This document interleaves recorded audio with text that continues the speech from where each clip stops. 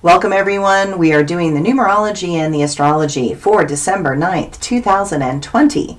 If you add all those numbers together, you get the number 16. And if you add the 1 and the 6 together, you get the number 7.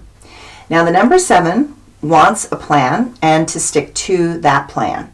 Continuity is important, and having systems in place that help make that happen seem more important today. I know that everyone is already doing things in very new ways. Take time to notice how much more organic and integrated it feels. Notice that there is a new smoothness and calmness when we are not rushing around everywhere. Notice how we are finding a new sense of appreciation for family and how the kids are thriving in this place of stability.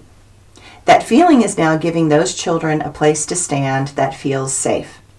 And notice that we need each other more than we realized. This is a place where I point out that being in gratitude is a strategy, the number 7. It has a system in how it flows and engages the world. If you are looking from eyes of gratitude all the time, imagine what the world would look like. Hate would evaporate. Needing to be better than another would not be necessary. We would notice those small gestures from others of kindness and care. We would notice that this world is constantly trying to show us what a real life would look like if we just stopped and listened. Today, stop and appreciate everything around you. Be in gratitude for this global momentary pause that has allowed us to realize what is really of value. Perhaps we did not know that we all wanted a life with less struggle.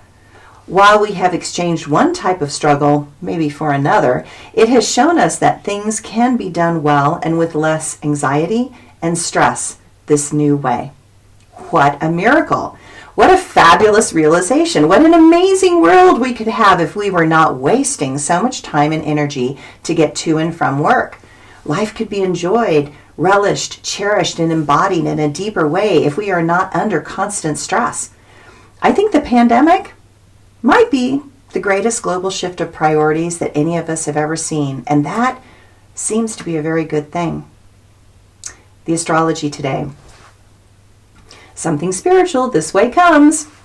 Many things are preparing to do major astrological shifting. There is a new type of resolve rising up.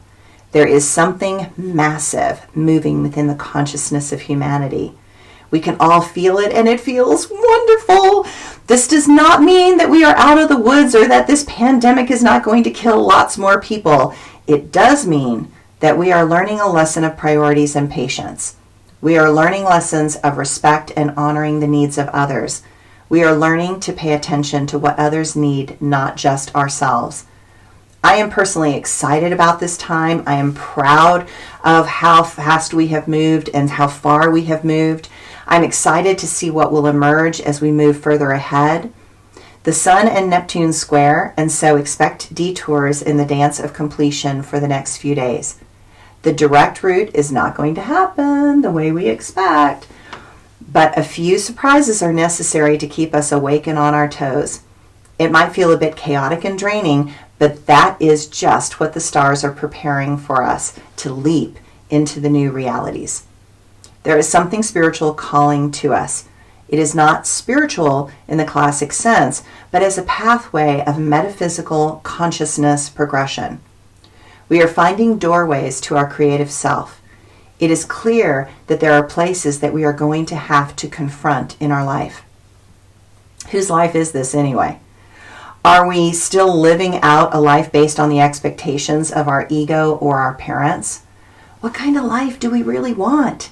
Let imagination go. Let something greater than yourself take over.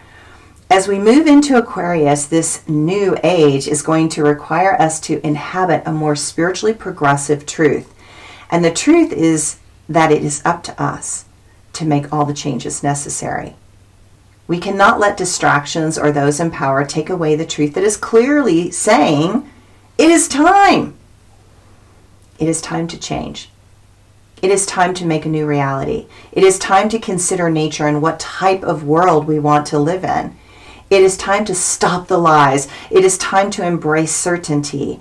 Those that resist this change will get quickly lost and left behind.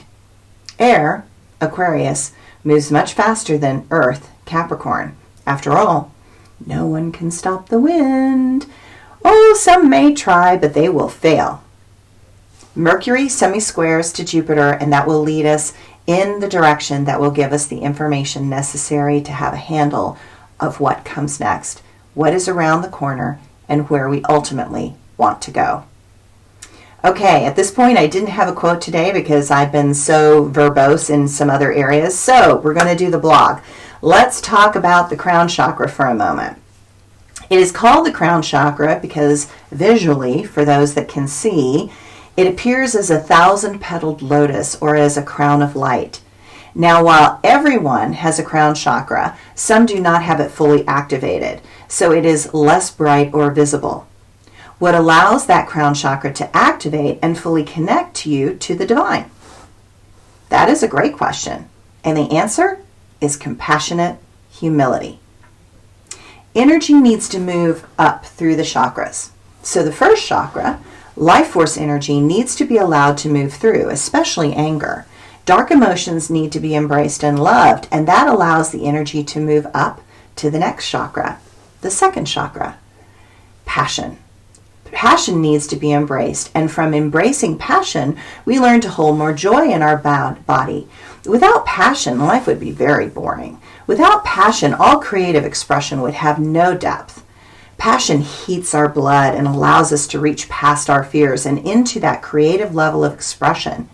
It makes life worth living. And then we go to the third chakra. The energy keeps coming up, and in the third chakra, emotions pull us along the pathways of life. This chakra wants to show us the full range of emotional expression. Feelings and emotions are the colors of paints on the canvas of our life. They help us know when we are in a peak experience. They show us when we are in deep pain and in denial of grief. They show us what we have hidden from our mind.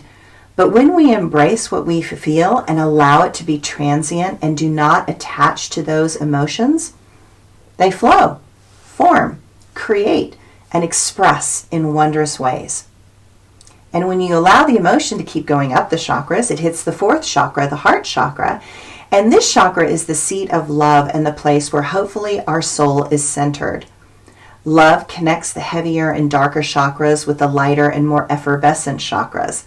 When those energies from the first three chakras are allowed to flow up and finally touch the heart chakra, it creates a powerful force of intention for goodness and doing something meaningful in the world.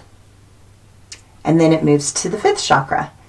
And when it touches, the energy touches the fifth chakra, you touch the chakra you desire to communicate in ways that are profound, clear, concise, and honest. When all the lower chakras are feeding energy to this chakra unobstructed, then this chakra can say, sing, and speak in ways that touch the hearts and souls of many. Your voice becomes a voice that seems to ring true, and you listen from a place of full embodied presence and acceptance. And then we go to the sixth chakra. This chakra opens the soul to see that while the mind is an amazing machine, when this chakra is fully engaged, it is integrated with the higher mind and the intuitive knowing that is enlivened from the gut instincts of the lower chakras. While many may live in their mind and thoughts, this chakra will not open fully until the creative right brain is given equal access and importance. When the right and left brains are respected and honored, then this chakra opens and expands the soul to see beyond this reality and into the multitude of dimensions that exist simultaneously in this world. And then when all that energy is coming up through the body and it reaches the seventh chakra, the crown chakra, that's powerful. When the energy is allowed to move through from the lower chakras and into the higher ones unobstructed, what allows expansion and opening in the chakra to connect the individual to the realms beyond this reality is humility and compassion. Without humility, the ego could manipulate and control the information to the point that it twists it beyond recognition. But a humble and open mind will allow for the simplicity of truth to rule over being right. Thanks, everyone.